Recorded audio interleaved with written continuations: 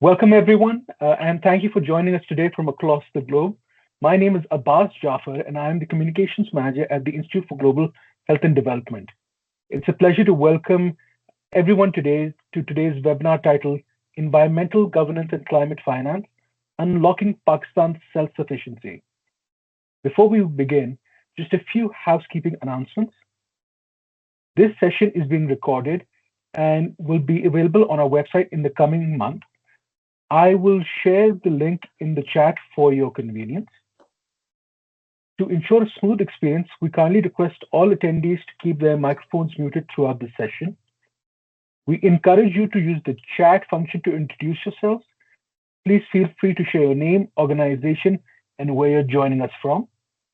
For any questions directed to the speakers, please use the Q&A function. If any questions remain unanswered, I will follow up with the speakers and share their responses via email. For those interested in receiving a certificate of attendance, I will be posting a registration form link in the chat towards the end of the session. Please use that link to register yourself, and we will be sharing the certificate with you within 2 weeks after coming back from Eid. I will also be sharing short bios of our speakers in the chat for your reference throughout the session. One thing I would like to inform everyone is due to unforeseen circumstances, one of our speakers, Ms. Imrana Tawana, will unfortunately not be able to join us today. However, we are still fortunate to be joined by two esteemed speakers.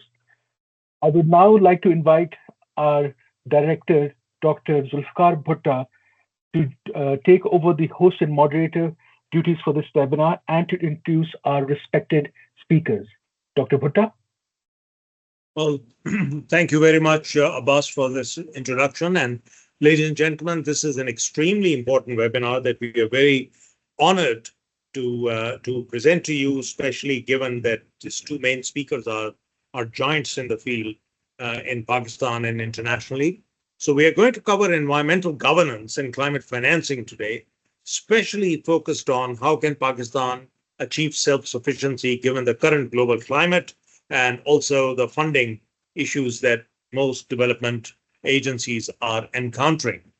This session will dive into what is the path for Pakistan's climate resilience, how can we mobilize resources internally and externally, secure climate financing amidst the declining international support, and I'm sure that there'll be ample time and opportunity for questioning. It's my great pleasure to introduce our first speaker to you, who needs no introduction. Any serious student of climate science will recognize that Dr. Ali Tawqir Sheikh is probably one of our dominant national and international experts on water climate change. He has made pioneering contributions to environmental leadership. And as the founding director and former chief executive of LEAD Pakistan, he was instrumental in shaping policies and initiatives in critical environmental challenges. He has served as the Asian Director of Climate and Development Knowledge Network, where he influenced climate policy and strategy across the region. He has dedicated his career to promoting climate resilience and sustainable water management. So today he's going to be our lead speaker, and I will introduce Dr. Abid Karim Suleri, the Executive Director of STPI, when I introduce him to make his own contribution. So without further ado, let me pass the floor to you, Ali, and thank you once again for joining us. Thank you, Dr. Bhutta. And ladies and gentlemen, I saw some of the names that I already know, but everybody else, I'm honored and truly privileged to speak about an extremely important topic. It's extremely important not only for Pakistan's internal reasons that we need financing to cope with climate risks and shocks, but also because of changing global politics that has made vulnerable countries even more exposed to financial constraints. I will run through, with the help of the team, some of the core concepts and issues and divide my presentation in two parts. After the first part, I'll pause for a moment and then I'll come to Donald Trump, his administration, and how it is affecting the flow of climate finance. So let me dive, and every time I need to go to the next slide, I'll just say the word please, and the staff that is helping me will move to the slide, please. So we'll move with quick speed, and I'll just remind you a few basic messages. That climate finance is extremely complex. It's more complex than the wires that you see at the back of your refrigerator, and it is extremely insufficient. We are talking here about millions of billions, whereas the demand or needs are now in trillions. And complexity is such that most developing countries cannot navigate through independently. And it cannot be accessed now very easily. And the private sector, and that will be my focus today, unless they also get engaged and involved in helping access international climate finance, that will be good for the country and good for their own sector and their own businesses.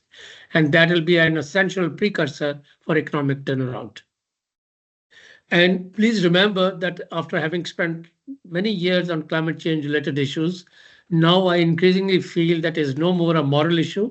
It's no more only a science issue, and it's no more only North and South issue. It has become increasingly an economic issue for the well-being and survival of millions and millions of people across the regions. Next. And just to highlight where we stand, we'll need 348 billion according to World Bank. And if we don't take proactive climate actions, FCDO just released a study that the cost of inaction will be extremely high.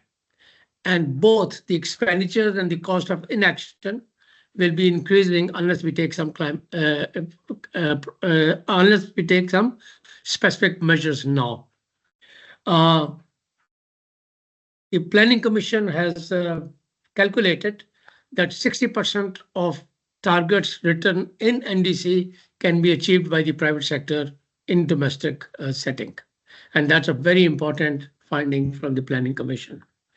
State Bank of Pakistan, on the other hand, feels that the private sector can help us improve our GDP quite substantially. And ADB thinks that if private sector is engaged, we can reduce our international borrowing very, very seriously. Next.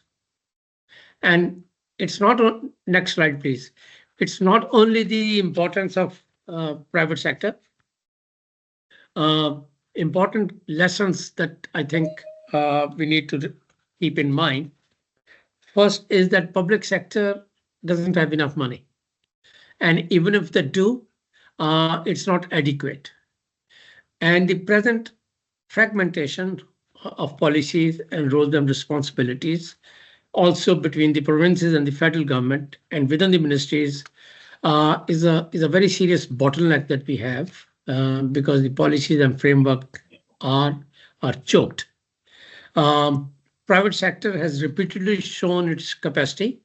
I think their competencies can help us overcome some of those choke points, and then we can move forward to avail some of the strategic opportunities that may be emerging because of new disruptions that are happening because of Donald Trump. Next. I'm very happy to share this thing with you. I recently authored Pakistan's National Climate Finance Strategy.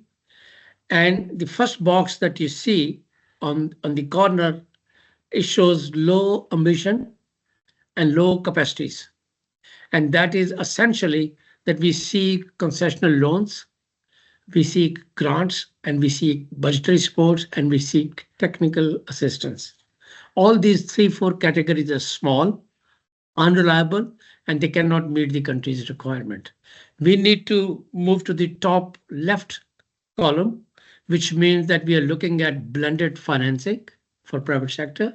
We are looking at different instruments that are available. I don't need to read all of them, but without them, we cannot get into the figures of credible finance that is multi-year, multi-billion dollar that can help us meet us $348 billion deficit that we have. And that is possible if we pay taxes. And the government generates revenue. Domestic taxes is the starting point. Domestic revenue is the starting point. And then climate proofing subsidies is important. And I'll speak about them. In other words, the road to innovative climate finance or accessing international finance lies through domestic revenue and taxes and climate proofing subsidies and other elements. Next. I mentioned only 4 here. Carbon tax, I'm very happy to share, and you can say that it tantamount to treason, is that in the climate finance strategy, I have proposed carbon taxes. I fully realize that all of us in the middle class are very heavily taxed, but the point here was that we don't need to impose a new tax. We can repurpose or rename some of the existing taxes on our fuels. But the important thing is not to rename it. The important thing is to ring fence it for only climate adaptation and mitigation purposes. If we do that, we can generate $2 to $3 billion annually. And then there's a road that we need to travel on. Important thing is that because of the wars, climate wars that are happening and the infrastructure that was already being built, starting with EU's carbon border adjustment mechanisms, Americans and the UK government were already preparing this. So we need to prepare for this. And a low-lying fruit for us would be power, transport, and industry sector, because they are a lot more measurable and a lot of data sets may be available for us to begin our work in terms of introducing carbon tax, increasing our carbon competitiveness, preparing for CBAMs, and moving forward from there. Next. Having said that, 4 elements that I referred to with minor change, I'm presenting them again. Petrol prices or that levy or carbon taxes is relatively easy. All of us buy. It's easier to collect. It's easier to manage. It's easier to ring fence if we have the intent to do that. There's a lot of fad and fascination in this country about carbon trading. I think it will be extremely hard. We don't have the data sets. We don't have transparent mechanisms in place. The governance system and structures are not robust enough. And therefore, carbon trading will be an invitation for pledging our future resources prematurely without getting the best deal for the country. So I'm not very keen on that, even though I think I'll be happy to engage. Working on CBAMs is necessary, otherwise there'll be carbon taxes. And essential is domestic emissions trading system. Like California, like China, like several other countries, including India, it will take 3-4 years to have it off the ground. And 30-40 companies in Pakistan are ready for this. Because of CPEC, we can also engage with China and learn from their experiences. And if we have a robust working ETS, in 5-7 years' time, we can get on to the second bullet that I mentioned is very hard, and that is carbon trading. Next. These are some of the precursors for various types of actions. Banking Association think that private sector can contribute $5 billion to the economy, but it'll be very, very difficult because the government of Pakistan is the biggest borrower from commercial banks. It doesn't leave any money from small and medium enterprises, from individual borrowers, or for that matter, businesses. Banking guidelines are there. They are not very robust. They'll need revision. And ESG so far is voluntary. It will need to be compulsory or required if we need to. And SCCP needs to make its sustainability framework a little bit more robust. Just on the previous slide, the last point I wanted to say, last slide. Yes. Oh, yes. Next. Just 1 second. Yes. The government of Pakistan Finance Department issues a budget called circular every year. It has just issued one. It will be issuing the next one towards the end of this year. unless that budget circular identifies what are the climate parameters on which the projects or public sector development should be invested, we will miss another year.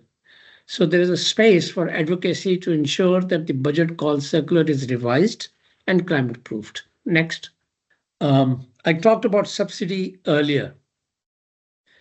Their number is very huge, and many of them work at cross purposes with climate resilience and result in maladaptation, and also penalize and punish the poor and vulnerable. If they are climate proofed, maybe there can be a very substantial saving of a couple of $1 billion. I was just talking to, yesterday I was talking to a German TV about this. Of all the climate challenges that we have, probably the easiest one to tackle now because of technology and global politics is clean air. It's a very, very big issue in Pakistan. We know that all our cities are heavily polluted. And the reason I'm saying it has become easier because of trade wars. It's quite possible that EVs and Europe 5 standards can be more quickly introduced in Pakistan. China's 3 companies that produce 2-wheelers and 3-wheelers, if we buy all the production line and if we have an agreement with them for joint ventures and joint production in Pakistan or elsewhere, I think very quickly we can change the DNA of our transportation sector. And that is one of the biggest sources of polluted air for us. Together with investments in public sector, that if ring-fenced from, let's say, from these subsidies I just mentioned up in the upper bullet, within a few years, I think we can be on this track. Next slide.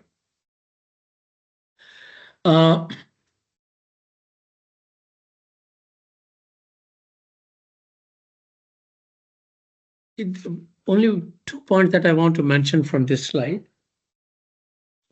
One is that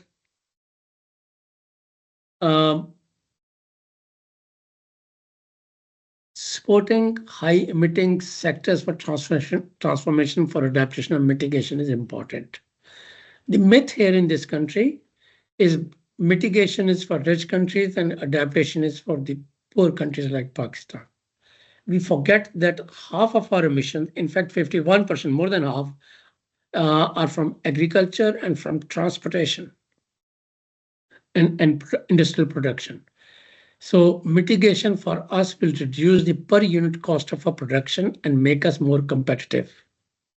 Second, NDC has a lot of social sector areas from which the private sector has shied away. We always think them in terms of energy or major production lines. We don't think as service provider in health, education, and other sorts, urban planning and other such sectors.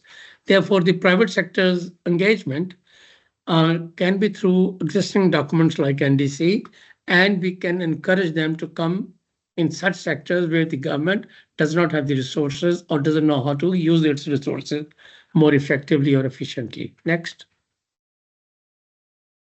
There's a lot of space available for public-private partnerships. Probably I mentioned in one of the previous slides, Prime Minister Modi in India, when he became the Prime Minister, he said, Mr. Public-Private Partnership, your target is $10 billion over the next 3 years. If you cannot generate, we'll have to send you home. We'll have to dissolve this department. If we look from that angle, they can spearhead not only private sector investment, but also use government resources as equity for any public or private sector investments. They need to have greater agility than we have seen so far. And the last bullet is that inclusion and equity in Pakistan's context are extremely important, but we are not always paying enough attention to this. Presently, on the State Bank of Pakistan, there's Pakistan's taxonomy, green taxonomy, that will label every project as green or not green. If you look at it closely, it doesn't have a lot of space for innovation or for startups or for entrepreneurship, let alone social sectors and small or medium enterprises. So this fragmented in policy approach in rhetoric and actual policy will not be extremely helpful for us going forward. Next. I think you can look at the text of these 2 or 3. Carbon markets may provide a growth opportunity for knowledge economy. Why I'm saying that? We are not fit for carbon trading per se, but once each factory and each sector and each province begins to develop its database of emissions, inventory of technologies, sources of intense emissions, then that's laying the foundation of knowledge economy. And that, I think, is an extremely important purpose of carbon market. Carbon markets are not merely tools to attract more dollars, but also to transform the economy. Banking sector has not been able to lend enough for climate smart technologies and investments, primarily because the regulators' pressure is weak and the governmental pressure is even weaker. In fact, the government is a direct competitor for borrowers like me and you in the private sector, because the same money that we can presumably access from banks, the government looks at it as a wholesale lending window from the banks. Regulatory reforms in the country are long overdue, and it's important to win the private sector's confidence by moving with speed on them. Next. Let me pause here, not only to catch breath, but if there are any burning questions, observations, reflections, I'll be very happy to answer before starting my next sprint.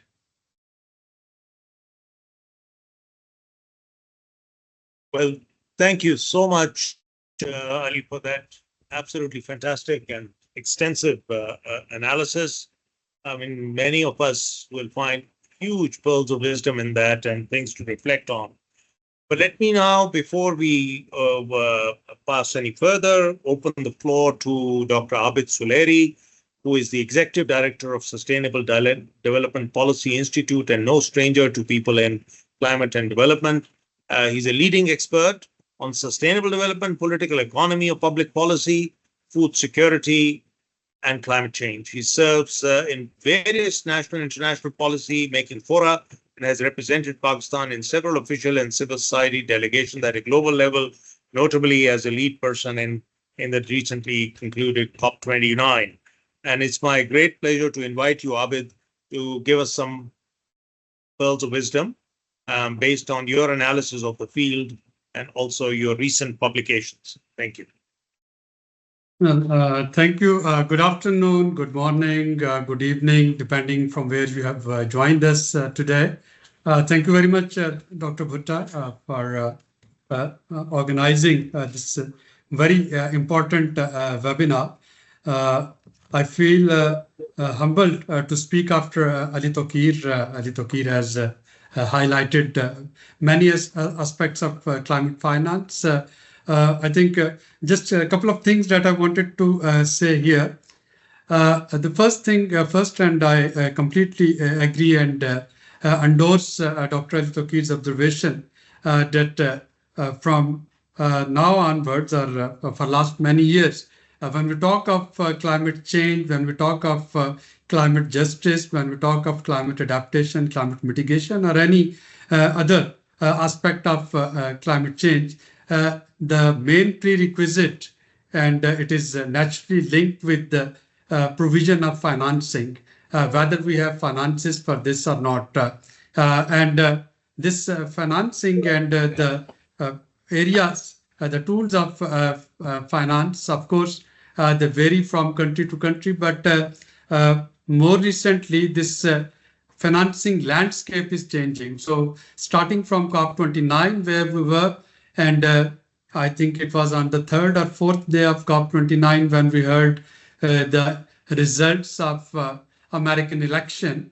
I think many of the aspiration for climate finance were died down there and then because we knew that at that time we knew that the next administration of United States would withdraw from Paris Agreement, and that would have an impact on whatever we'll be discussing in COP29. And that happened. Now, not only from COP 20, UNFCCC and Paris Agreement, but also from WHO funding and many others, one can see that the donor landscape is changing. United States is withdrawing. Then the second indirect impact or ripple effect of this was one saw Europeans also withdrawing their development commitment, partly due to the push that they have to beef up their defense spending for Ukraine and for NATO, but also due to their own internal problems. So after US aid, we saw that FCDO, which is again a major player like US aid, is reducing its development pledges and development commitments by 40%. In order to compensate for its defense expenditure. We have already seen the fourth next to be administration in Germany. They have already got this waiver for defense spending, and Germany has also given the signals of reducing its spending, and so is France. So if one looks at the development landscape, this bilateral funding is very rapidly vanishing. Now, my other concern is that if there is an abrupt ceasefire in Ukraine, one is looking for peace in Ukraine, but an abrupt ceasefire in Ukraine would suck up rest of the development funding, and rightly so, because then the Europeans, they will have to invest in this reconstruction in Ukraine. So the rest of the European funding would be spent on Ukraine, if not for defense, but for its reconstruction. And that leaves countries like Pakistan quite vulnerable. Now, fortunately, we are not Africa, where, like many countries, for example, in Malawi, the US aid spending is almost 3 times higher than the Malawi budget spending, the government budget spending. Our dependency on US aid, or our relation with the US was mainly for defense and strategic purposes. Many of the development spending is not directly sponsored by US aid, although there were some small projects, and I'm using the word small, keeping in mind our PSTP portfolio and provincial development aid portfolios. So US is comparatively a minor player, but FCDO, again, although not very high compared to the total spending of our PSTP and annual development plans, but if US spending and FCDO spending, the revenue that start phasing out from Pakistan, it would hit us, and it would also indirectly hit us, because my conversation with various UN agencies, I could guess that maybe from next year they will start prioritizing their country spending, because their central pool is being hit, and they would be spending more on humanitarian aid.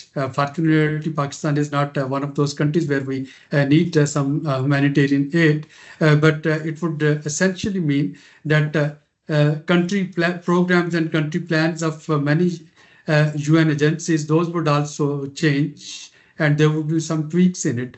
And that would leave us to either the multilateral development partners like ADB and World Bank, and IMF, and we have already got this top level agreement of $1.3 billion for resilience and sustainability fund with IMF over 28 months, and also to some traditional bilaterals, and which are Saudi Arabia, China, and UAE, etc.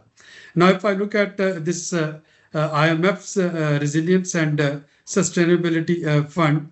It is talking about scaling up climate reforms, which is effort to reduce vulnerability to natural disaster risk, building climate resilience, and supporting and this and strengthening a public investment process across all level of government to prioritize project that enhance disaster resilience. So disaster resilience will be one component which will be supported by IMF. The second would be improving efficiency of scarce water resource usage.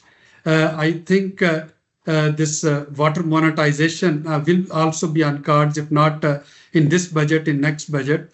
I think that is perhaps one of the pragmatic approach to conserve water in this country. We're still using water as it is an infinite commodity and gift of God, which would never deplete. Another provision where IMF funding would be spent would be enhancing intergovernmental coordination on disaster financing. Still another would be improving this better pricing mechanism for water resources, and I've already talked about it. I can see this water prices would be increased, just like we have seen an increase in gas and electricity prices.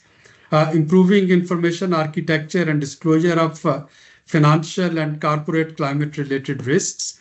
So this disclosure would be important, and promoting green mobility to mitigate significant pollution and adverse health impacts. So as Ali Tawqir Sheikh has rightly mentioned, EV would be another big progress under this IMF program. Now, why this IMF resilience and this sustainability facility is important? Although it's just $1.3 billion, but it would open up the opportunity and probability for getting more funds.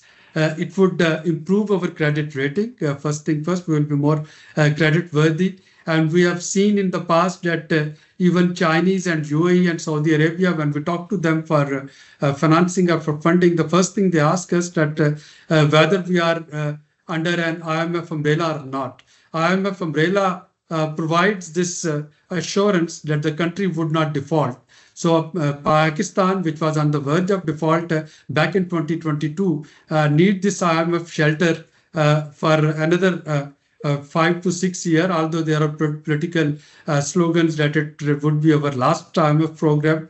I very respectfully disagree. I think it would not be our last IMF program. It cannot be due to our debt quality and debt structure. We will need another IMF program after it, and perhaps still another to pay off the previous two IMF programs. But I think the blessing in disguise is that being under an IMF program, there is an assurance that we will not default. There is an assurance that the government would be sticking to its commitment, the budgetary provision and the budgetary commitment. And there would be a provision that the government would be now not only increasing the water prices, but also would be increasing its spending on disaster preparedness, disaster management. It would be increasing its spending on disclosure, transparent disclosure on disaster risks and climate financing, and it would be improving its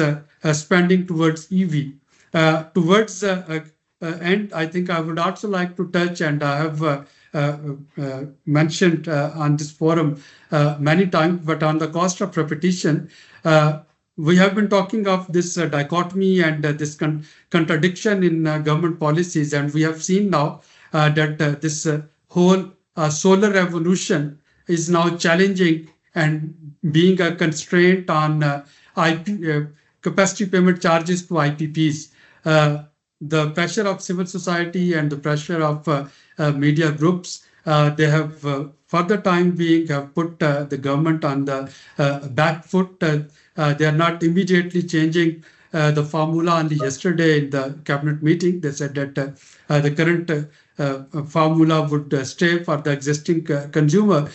But this dichotomy would remain there, that if we cannot manage our capacity payment charges, we will not be able to solarize the country. And if we are not able to solarize the country, we will not be able to A, meet our NDC commitment, and B, be prepared for our CBAM. Ali Tokir Sheikh Saab discussed CBAM, Carbon Border Adjustment Mechanism, just for the participant who don't know about it enough. From 1st of January 2026, the existing carbon border adjustment mechanism, which is currently covering 6 sectors: aluminium, steel, gas, hydrogen, and electricity, it would be expanded, and more sectors would be brought in it. And in simplistic manner, CBAM is that if an exporter is emitting more carbon than the permissible limit of carbon emission in EU, the exporter will be subject to some sort of carbon levy or carbon tax.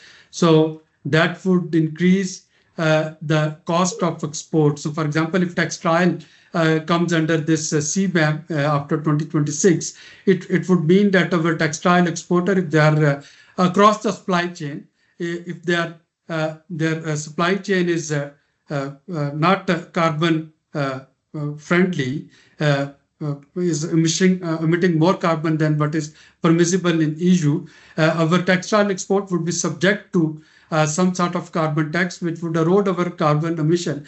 Now, and I very much agree with Ali Tokir Sheikh Saab that we don't have the ecosystem for carbon market, carbon tax, or getting ready for CBAM. So in order to get ready for CBAM, I as an industry today have to have a baseline of my carbon emission across supply chain. And if I'm improving it either through carbon tax or through carbon credit, I need to get it certified and verified from an international accredited agency whose certificate is acceptable in EU, that my carbon emission was 100 and now it has gone down to 50 due to these measures. Only then I would be able to escape from CBAM. Now, my concern is not EU CBAM only. EU has already announced its CBAM. UK is preparing its carbon border adjustment mechanism. And we know how tariffs savvy is the American administration. When EU and UK will have CBAM, USA will also have a CBAM, another excuse to levy tariff. And when they will have CBAM, Australia and Japan, they are working on CBAM, and that would push China to announce its own CBAM. So countries like Pakistan would have no export destination left where we will not have to face this carbon adjustment mechanism or some sort of carbon tax. And that is the urgency and necessity, that carbon tax would be levied in this budget. But it would be an indirect tax. The easiest part is that it can be levied on petrol or diesel as this petroleum development levy, where the polluters pay principle would not work. We need to understand that the real spirit of carbon tax is that polluters should pay, and I don't see the country ready for polluters pay principle for carbon tax. The second, although Tokir and I, we wish that this tax can be ring fenced and it can only be spent on mitigation and adaptation. It would not be ring fenced. It would go to the central kitty for the government revenue, and that would be used to meet the fiscal deficit and the revenue target. But it's a good beginning. We can pinpoint the loopholes, but the positive thing is that this beginning would gradually make us CBAM prepared country, and this is where we can start building the ecosystem of our climate financing. So to conclude, the international venues and avenues of climate financing, they are shrinking. The bilateral aid from conventional donors, US and EU, that is shrinking. We will be left with multilateral development partners, and we'll be left with the Middle Eastern friends and China. And we know that apart from China, Middle Eastern, they have their own fossil fuel problems and challenges. So we need to maintain this balance, the foreign policy balance as well as our act balance, how we can do this balancing act between being friends of fossil fuel vis-a-vis with this new techniques and new technologies. And I hope that the discussion forums like this, they will open up many other ideas and many other venues where Pakistan can venture. I think the least explored, and Dr. Zulfikar Bhutta has expertise there. The least explored venue for climate finance is the foundations.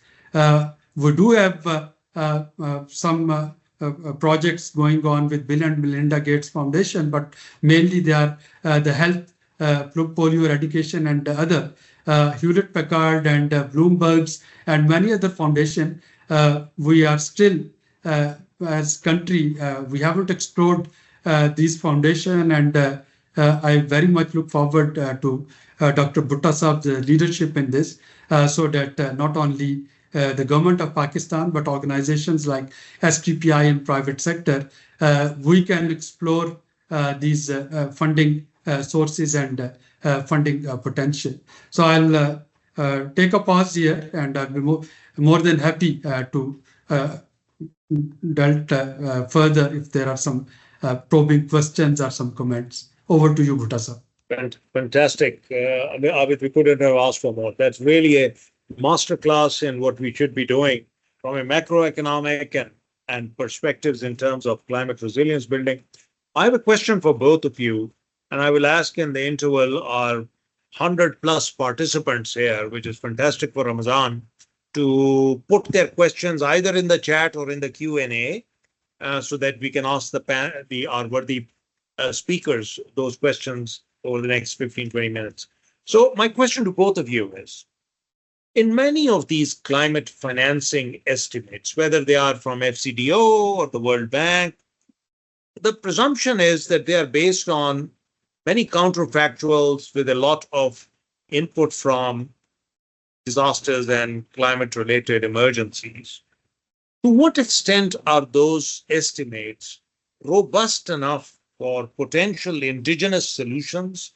Or, in other words, I mean, are we overestimating some of the impact of climate just because we are not taking into account what the community or population is capable of in terms of resilience and adaptation? So maybe Ali, you go first, and then Abid can follow. Sorry to be asking a provocative question, but I want to know whether these estimates are guesstimates or real robust estimates. You are muted.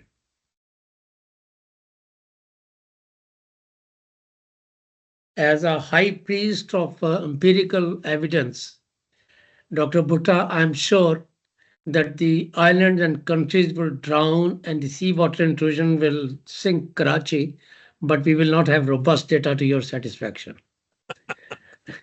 So no, you're what is going in those estimates? No, you're absolutely right that actually, let me step back a little bit and say something even more controversial, that climate science is a political science.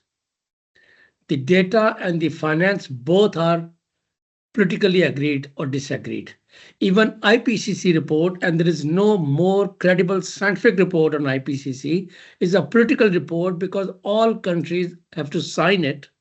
There are 190 countries, and the compromise means that the teeth and the claws are trimmed before it's agreed upon.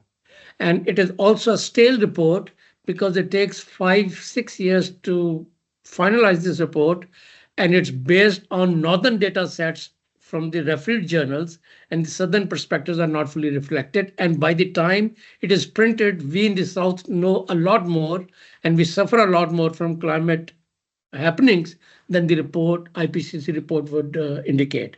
Now, having said that, Yes, there is a hunger and there is a need for climate data, and the capacities are extremely limited.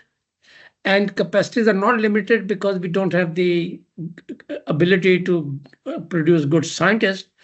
They are limited because we don't have the capacity to retain and use good science. We produce for others. Our own ecosystem is such that we are not very science hungry, and most climate related policy making happens elsewhere. And that's why I want to conclude on one point. It's a bit longish answer because yours was a very loaded question. It had many hooks and loops. I think Abid has mentioned how bilaterals will go down and have already gone down. And if NATO is to actually increase its defense budget to 5% or 3.8% that they seem to be agreeing, in human history, the defense budgets have never been as high. And the West has never accepted the responsibility to finance because they don't think historically they can take the responsibility for it. So that pipeline will dry. There is a conversation to close the World Bank. They may not close it. I don't know. But yeah, you just have to look at Google, those 100 listeners that are attending there. Just Google Project 25 and you'll see the playbook that the administration is following. At least 45% of World Bank commitments are to Paris Agreement, and American administration has withdrawn from Paris Agreement, which means it's not a favorite setup for them for developing countries. Plus, they are saying inclusion, equity, and gender is not our concern.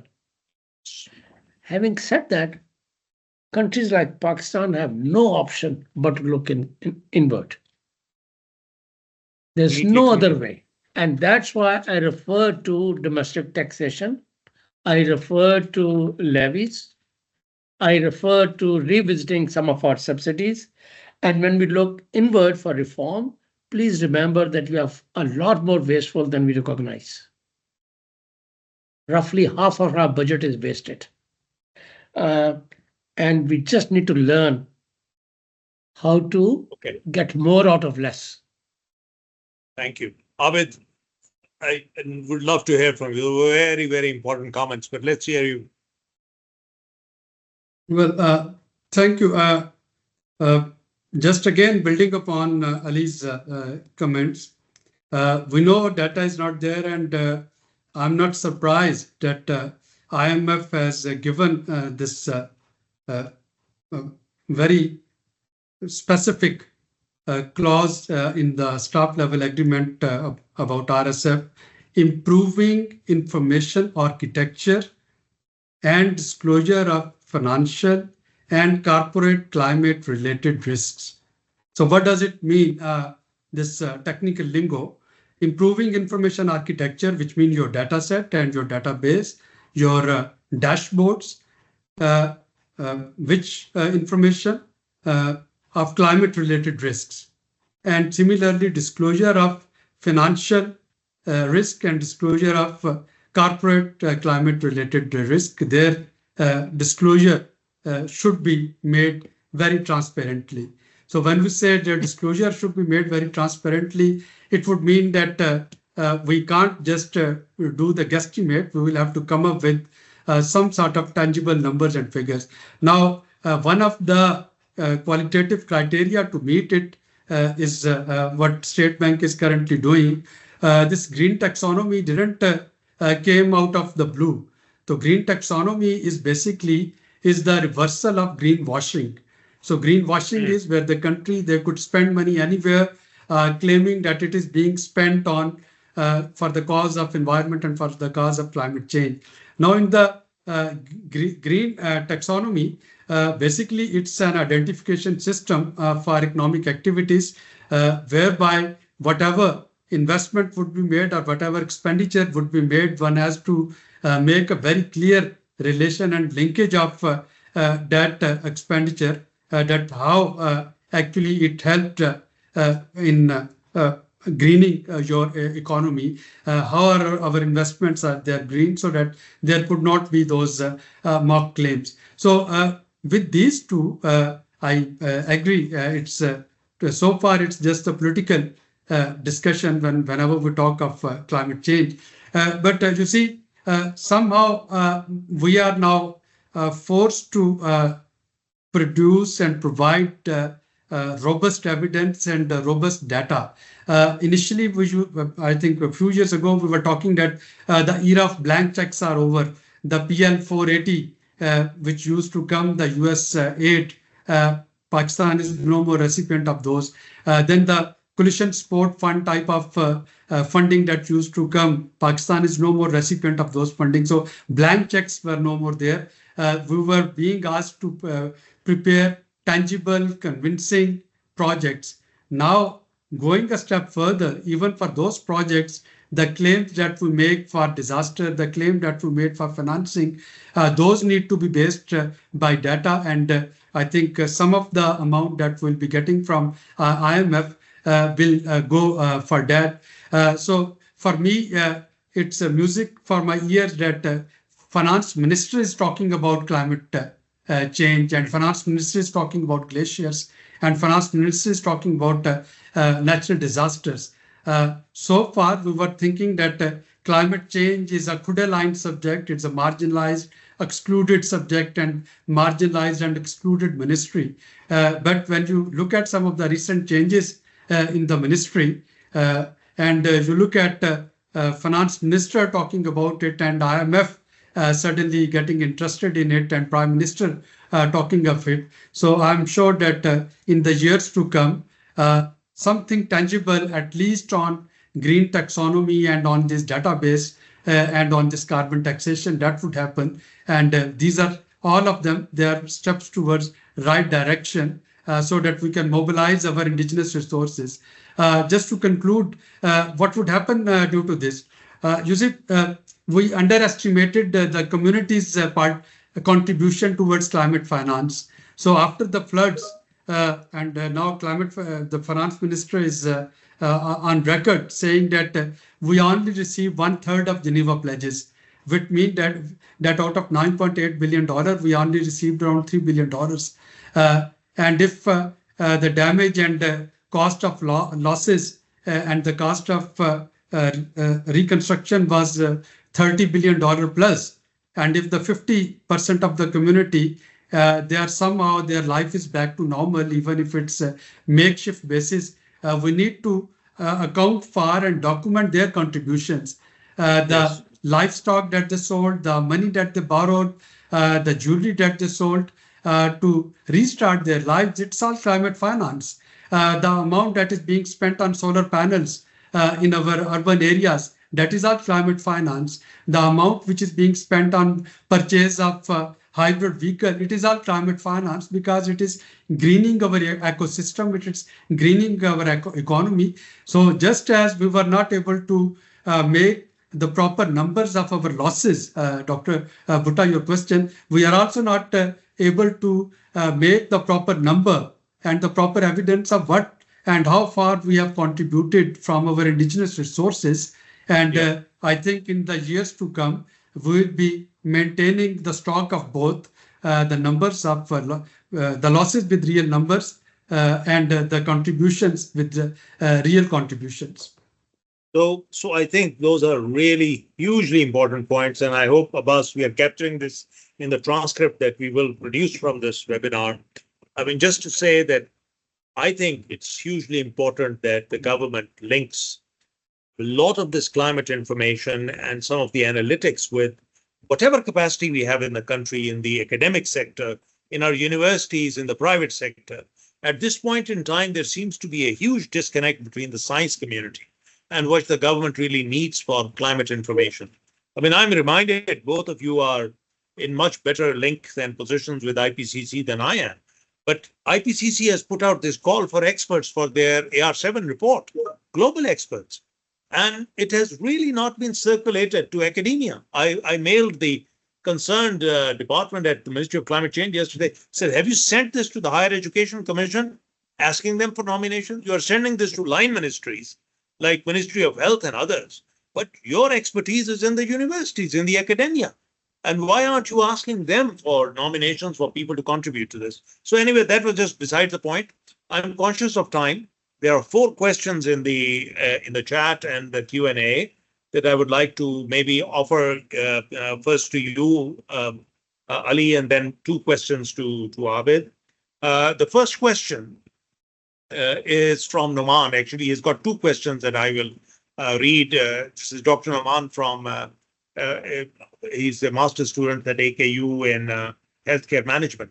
His first question was related to the issue as to why can't Pakistan introduce regulations in relation to climate resilience and adaptation, such as what we have in high-income countries, like he was talking about Stockholm, traffic regulations, taxation, etc.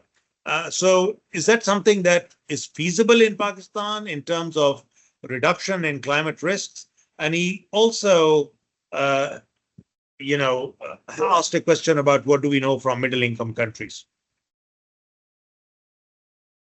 So, Ali, why can't we have climate taxation on things like people using emission vehicles or entering into the middle of the city?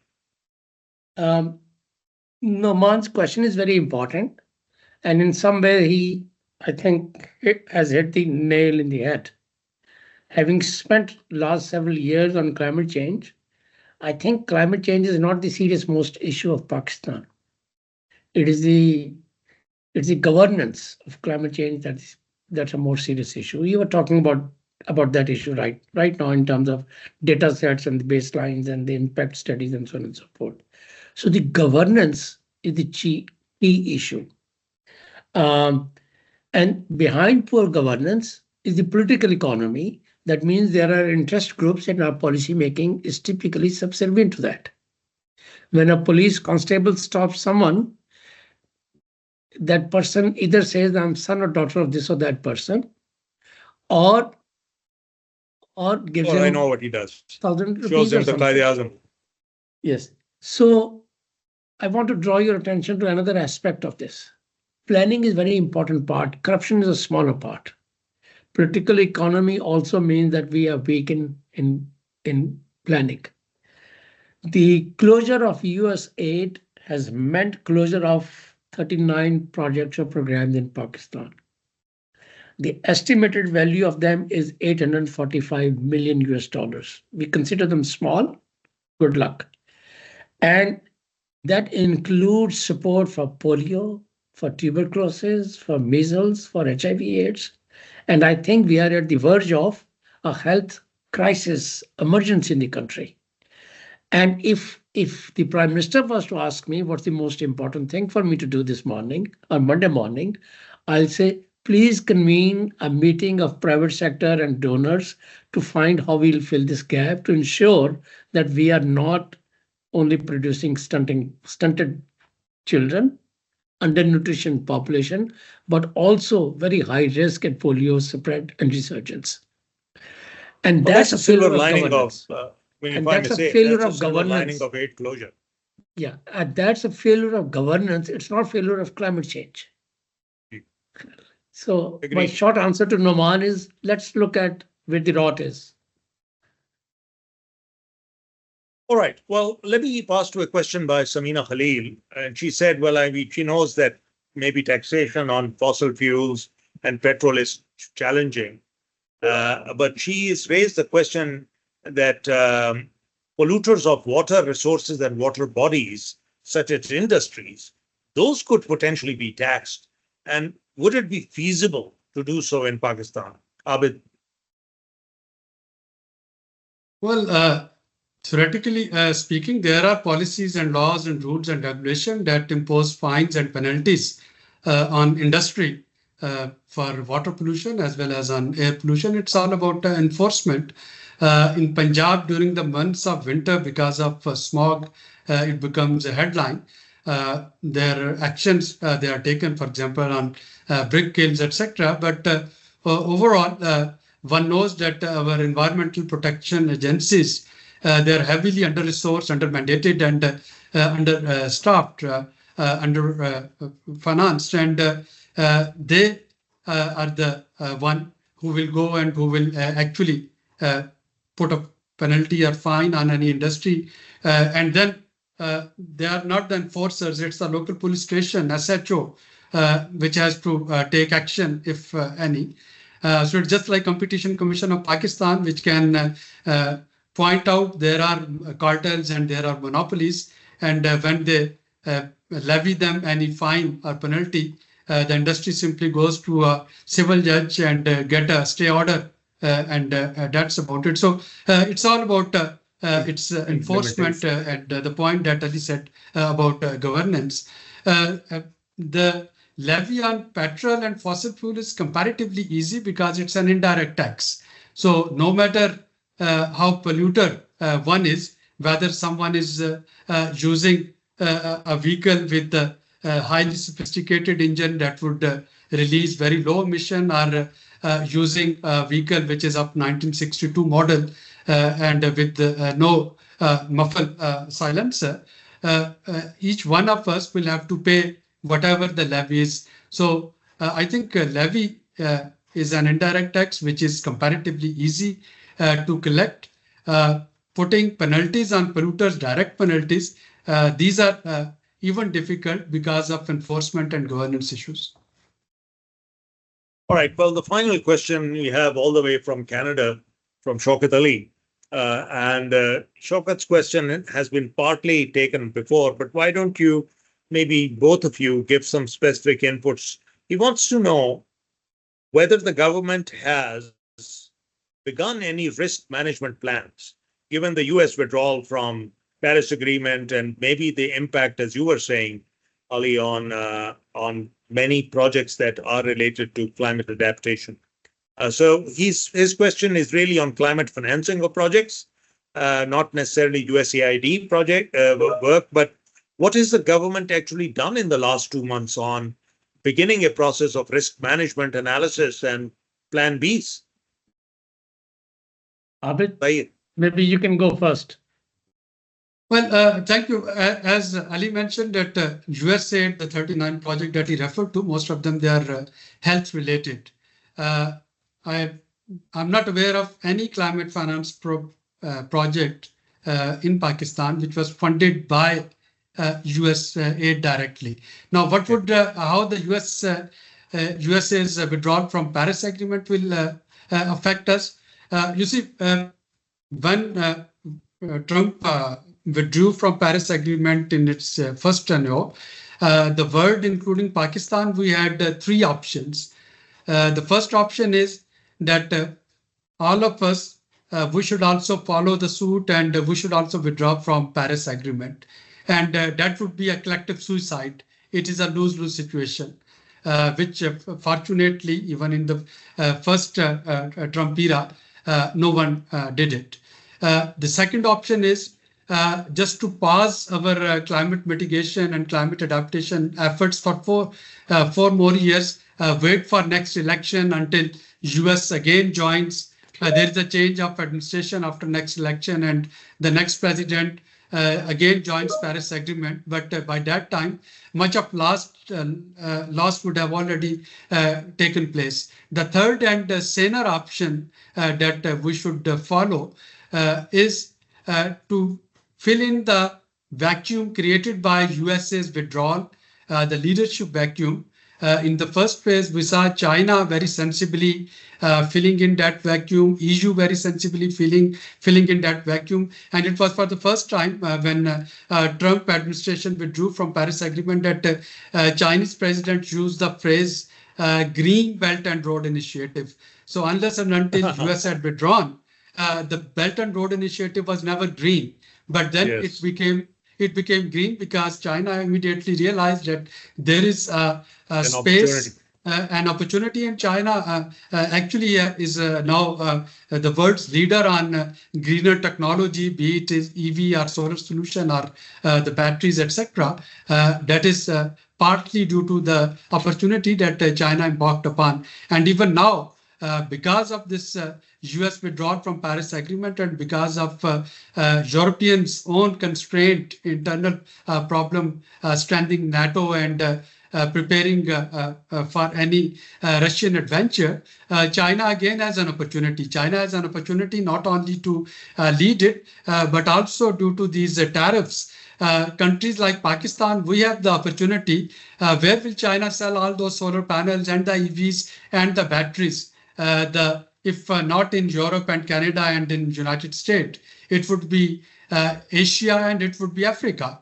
And that's where we need to see that how prepared we are to actually capitalize upon those opportunities. If EVs, we can give a conducive policy for EV assembling here and EV imports, somehow addressing the concerns of Japanese car makers. And if we can think of capacity payment charges and IPPs and give more opportunity to solarization of the country, I can tell you that Chinese technology can do wonders here. So in a way, this US withdrawal from Paris Agreement and US and EU tariffs and Canadian tariff on China are an opportunity for Pakistan's climate financing and climate preparedness. Agreed. Ali, I'll give you the final word on this, please. Well, I'm reminded of Francis Fukuyama's book, Trust. And if there are many students who have joined in, trust is the key word. If the world does not trust you, they will not support you. And we have to win the trust. And winning the trust will hinge either on domestic reforms. I shouldn't say either. It'll depend on domestic reforms, number one. And number two, putting our own equity on the table. And putting our equity on the table means that we should invest our own money on climate resilience as before we ask others. And I have a simple proposition that was rejected, but I'll be very happy to share with you. Unless Pakistan puts 1% of GDP, that's 1 trillion rupees on the table, as a ring-fenced fund, saying that whoever finances this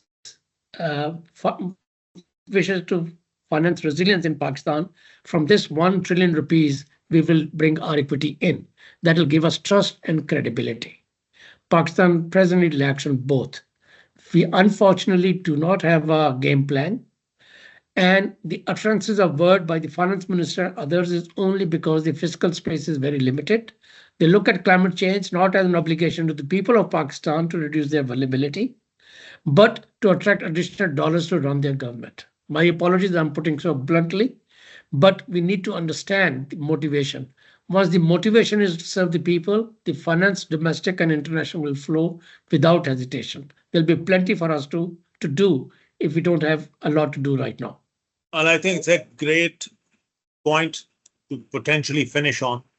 As both of you have said, the ground reality now is that we have no choice except to stand on our feet.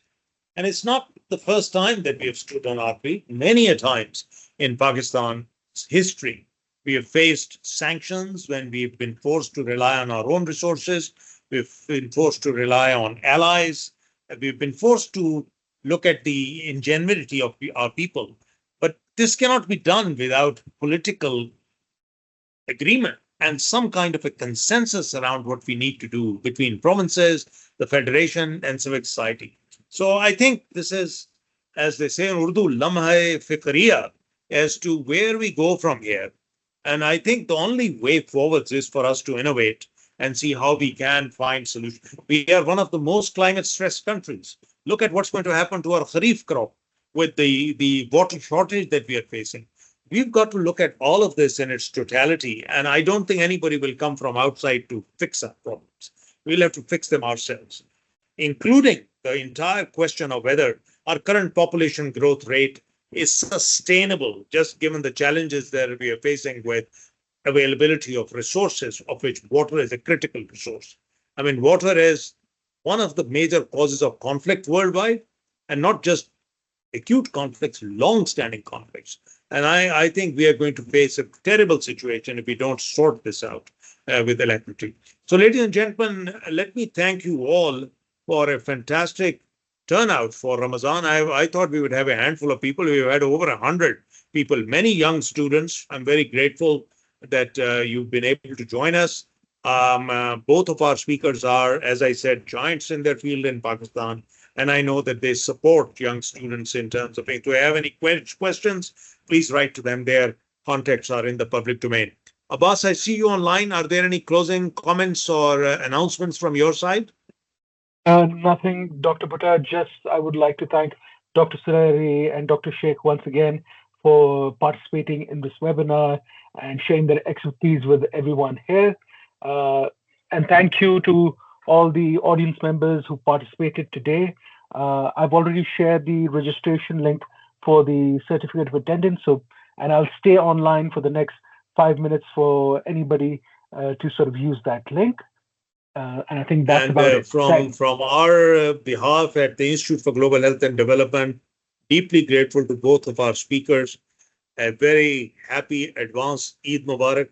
And if we don't see you, we'll see you before long with another one of our webinars on climate and environment. Thank you very much. Allah Hafiz.